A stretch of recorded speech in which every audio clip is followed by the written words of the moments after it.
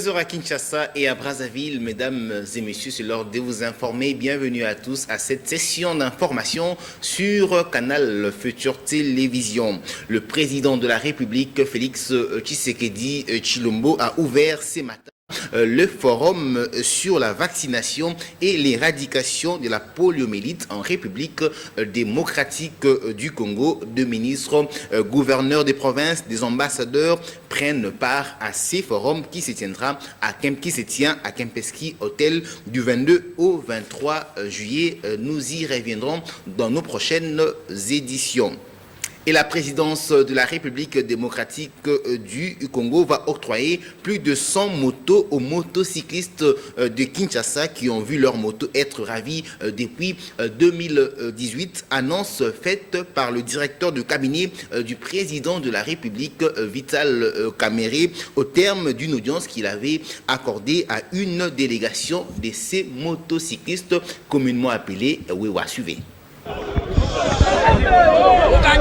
Ils sont au total 6 conducteurs de taxi-moto dont leurs engins avaient été ravis alors que l'actuel président de la République n'était pas encore au pouvoir. Et ses compatriotes seront remis dans leurs droits, promesse faite par le président de la République Félix-Antoine Tshisekedi Tshilombo à travers son directeur de cabinet Vital Kamerhe qui a échangé avec une délégation de ces motocyclistes cet après-midi à son cabinet de travail. Non, c'est l'interaction entre la base et le pouvoir. Ils sont venus poser leurs problèmes. On avait confisqué leurs motos pendant la campagne électorale. 106 motos. C'est leur droit. Ils doivent être indemnisés. Ce sont nos enfants et c'est notre base. Ce geste est une preuve de plus que le président de la République, Félix-Antoine Tshisekedi Tshilombo, place l'intérêt du peuple congolais au centre de son action.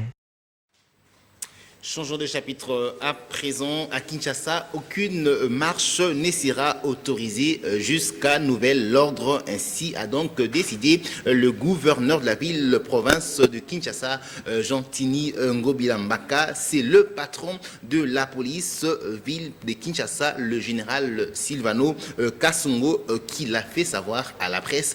Suivez cet élément. Le gouverneur de la ville a pris une mesure d'interdire toutes les marches. À partir du lundi 22 jusqu'à la fin de la semaine, il n'y aura aucune manifestation politique dans la ville de Kinshasa. Toutes les sollicitations ont été refusées. Par conséquent, toute personne qui tentera de troubler l'ordre public va trouver la police sur son chemin. Nous devons respecter la loi. C'est ça même l'état de droit. La police sera debout et nous serons fermes. On va traquer tous celui qui ne va pas respecter la loi. Qui qu'ils soient et de quel camp qu'ils soient, la police est apolitique et impartiale. Gouverneur, Aboy, la marche la semaine, parce que moi, Kokos, moi, mon boulot, c'est qui va te donner la commande qui kanda pour passer la marche. Compte tenu du climat tendu, alors la marche, je sais que vous avez. Alors, Tosengi, la population, va vaquer librement l'occupation de Bango. Mais on a comme marché à côté de la police. Tokolingata, une minute de ordre public de la tournée. Attends aux amenants, donc police est allée, l'État est allé. Tokolingata, mon boulot est à la. Parlons politique à présent. Le président interfédéral de la jeunesse de l'UNC ville-province de Kinshasa était face aux chevaliers de la plume et du micro le vendredi 19 juillet. Réagissant sur la formation du prochain gouvernement, Bertin Mombondi a déclaré, j'ai cité, « Pas question que le ministère de Finances et de l'Intérieur revienne au FCC ». Suivez ces propos recueillis par Gloire Sanga. Le président interfédéral de la jeunesse de l'UNC ville-province de Kinshasa, Bertin Mombondi, était face à la presse ce vendredi 19 juillet à Fatima dans la commune de la Gombe. Objectif, passer en revue certaines questions brillantes liées à l'actualité politique du pays. En parlant de la formation du prochain gouvernement, Bertin Mombondi a, au nom de tous les jeunes de l'UNC ville-province de Kinshasa, Dignette, il n'y a pas question que le ministère de Finances et de l'Intérieur soit patronné par le membre du FCC. Aujourd'hui, il y a quand même un petit souci. Et le souci, c'est lequel? Nous nous retrouvons dans une situation où la sortie du gouvernement tarde à venir. À ce stade, il y a un problème. Un problème qui se situe sur deux ministères. Le ministère des Finances et le ministère de l'Intérieur. Ça fait plus de 3 semaines que le FCC et le CACH ne se mettent pas d'accord sur ces deux ministères-là. Et donc, la position qui est celle de CACH aujourd'hui, une position qui va dans le sens de ne pas lâcher les deux ministères, c'est une position que nous, en tant que jeunesse de l'Union pour la Nation, ville de Kinshasa, nous soutenons totalement et mordicus. Il n'est pas question que le ministère des Finances et le ministère de l'Intérieur soient gérés par le FCC. Je profite de l'occasion pour demander au chef de l'État de peser de tout son poids pour que les institutions de la République soient gérées par des personnes qui peuvent être de modèles, de référence, de repères pour la jeunesse congolaise. Le président interfédéral de l'UNC Kinshasa, Bertin Mombondi, demande cependant à la population d'être patiente quant à la formation du prochain gouvernement, car cette fois-ci, il faudrait avoir un gouvernement avec des têtes bien faites.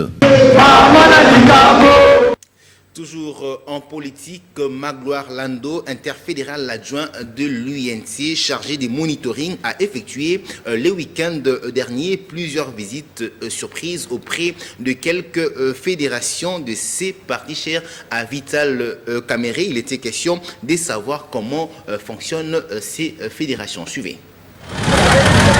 Un week-end particulier pour le secrétaire interfédéral chargé de l'organisation et monitoring de l'Union pour la Nation congolaise. Ce samedi 20 juillet, Magloire Landou a fait la ronde de certaines fédérations de ses partis chers à Vital Kamerhe. Il était question de s'enquérir de la fréquence des adhésions de nouveaux membres, mais également être en possession des problèmes que rencontrent ces fédérations, afin de faire rapport à l'interfédéral Molendo Sakombi. Nous sommes descendus sur terrain aujourd'hui en ma qualité de secrétaire interfédéral adjoint en charge de l'organisation et le monitoring pour constater comment fonctionnent nos fédérations, comment est-ce qu'ils procèdent, comment est-ce qu'ils tiennent leurs réunions, comment est-ce qu'ils tiennent l'archivage de leurs dossiers, comment est-ce qu'ils se comportent sur terrain. Vous savez, parfois, quand les rapports nous arrivent ici, on a l'impression que c'est du miel, que ça va partout. Il faut de temps en temps descendre sur terrain pour avoir la réalité et palper ça de ses propres yeux. Ici, j'ai au moins une idée de comment est-ce que ça se passe dans différents sièges dans la ville de Kinshasa, et je réserve la primaire de mon constat ainsi que de mon rapport à l'honorable secrétaire interfédéral, je cite Molendo Sakombi. Magloire Landou a visité la fédération de Bumbu, Makala, Ngalema, Lemba et Matete en une journée et prévoit poursuivre cette tournée. Et à l'intérieur du pays, dans le cadre de ces vacances parlementaires dans le Congo central, dans le territoire des Lukula, le député national de l'UNC, Jonas Tshundu Tshundu, est arrivé le samedi dans le secteur Tchoudi, où il a été accueilli comme un roi par la population de ces coins du pays. Jonas Tshundu Tshundu a profité de l'occasion pour remercier sa base pour son élection. Il a également parlé de la vision du président de la République, Félix Tshisekedi Tshilombo. Suivez. C'est un véritable fils du terroir que le député national de l'UNC, Jonas Tshundu Tshundu, a été accueilli en son arrivée ce samedi 20 juillet dans le secteur Tchoudi Sud de la cité de Matambeki, territoire de Lukala, province du Congo central, dans le cadre de ses vacances parlementaires. Tout au long du chemin, il a eu droit à une caravane motorisée au drapeau de l'Union pour la nation congolaise, parti cher à Vital Kamerhe. Devant une marée humaine dans laquelle on pouvait voir la présence des autorités traditionnelles de ces coins du pays, Jonas Tshundu Tshundu est venu avec un message de remerciement à tous ceux qui lui ont permis d'être élu député national, mais également parlait de la vision du président de la République, Félix Tshisekedi Tshilombo. Je suis aussi en vacances parlementaires. C'est mon devoir de venir restituer à la population sur la mission pour laquelle elle m'a envoyé. Mais également venir aussi palper de mon doigt toutes les difficultés. Et venir aussi vérifier si les ordres donnés par les chefs de l'État sont exécutés sur toute la ligne. Il y a des routes qui ont déjà été financées. Nous sommes en train de vérifier. Ce n'est pas pour rien que j'ai amené les journalistes de la chaîne du chef pour que le chef lui-même voie ce qui se passe sur le terrain et qu'il soit témoin sur ce qui est fait, ce qui n'est pas fait et ce qui doit être fait. Il a par ailleurs promis à la population qu'il va s'entretenir avec tous les élus de son territoire pour résoudre les problèmes de Transontioni, Mbatambengi, en attendant les gouvernements qui va bientôt sortir.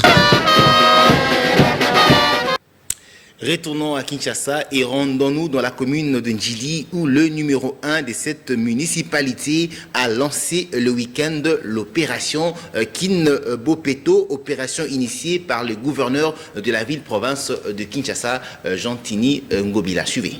Tel qu'il avait promis, le bourgmestre de la commune de Ndjili, Senghor Biya, a bel et bien lancé ce samedi 20 juillet l'opération Kin Bopeto dans sa commune, opération initiée par les gouverneurs de la ville-province de Kinshasa, Jean-Tini Ngobila Mbaka, afin de lutter contre l'insalubrité dans la capitale. Kinshasa Bopeto, Senghor Biya en fait un cheval de bataille pour sa commune. Je n'étais pas ici quand les fonds ont été donnés, parce que je devrais aller, j'ai jumelé ma commune avec la mairie française de Savigny-les-Tempes. Et j'ai été appelé là-bas, tout juste pour plaider dans le cadre de réaménagement d'un orphelinat à Mima, ici, et puis un appui sur l'assainissement, la salubrité. Malheureusement, les mauvaises langues, comme il y en a toujours ici à Ndjili, on est passé à la télévision en disant que voilà, le bourgmestre a pris tout l'argent, il est parti avec ça en Europe. Mais moi, je suis parti jeudi. Les fonds ont été décaissés le vendredi. Par quel miracle je pouvais avoir cet argent? Bref, je suis rentré dimanche. Et dimanche,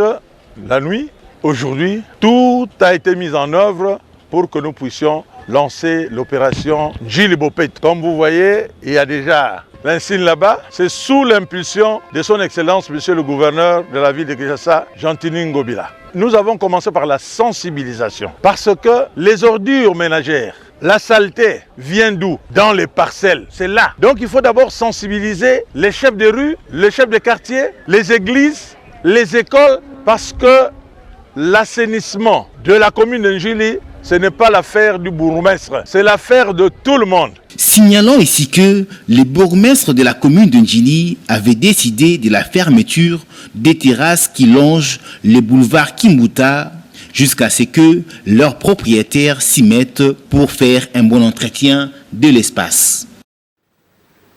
Parlons culture à présent, la Belgique coloniale et le Congo, une histoire d'une brique chaude. Il s'agit là de l'intitulé d'un nouvel ouvrage qui vient de voir le jour avec comme auteur l'éminent professeur Kambai Boachia. Le directeur de cabinet du chef de l'État Vital Kamerhe avait pris part au vernissage de ces bijoux. Suivez.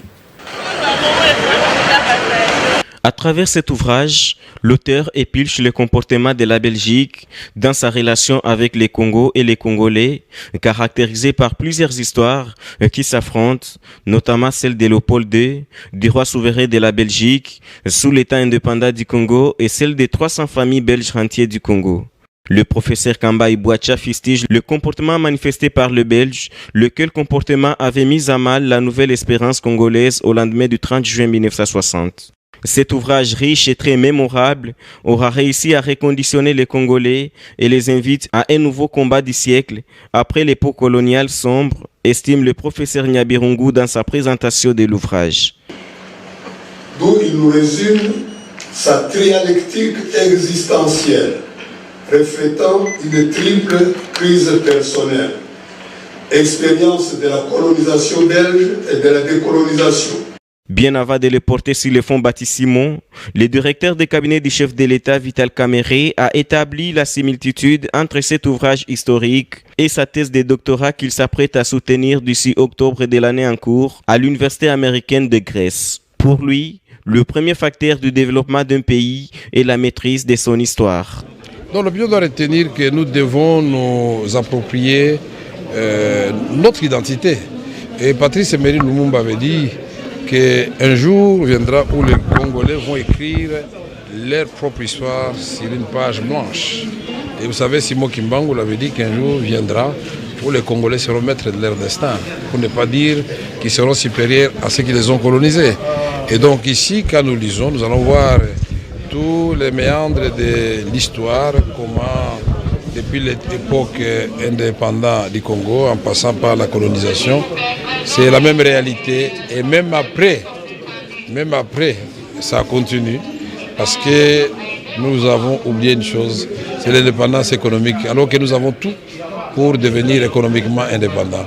Nous devons inventer notre propre modèle d'accumulation du capital.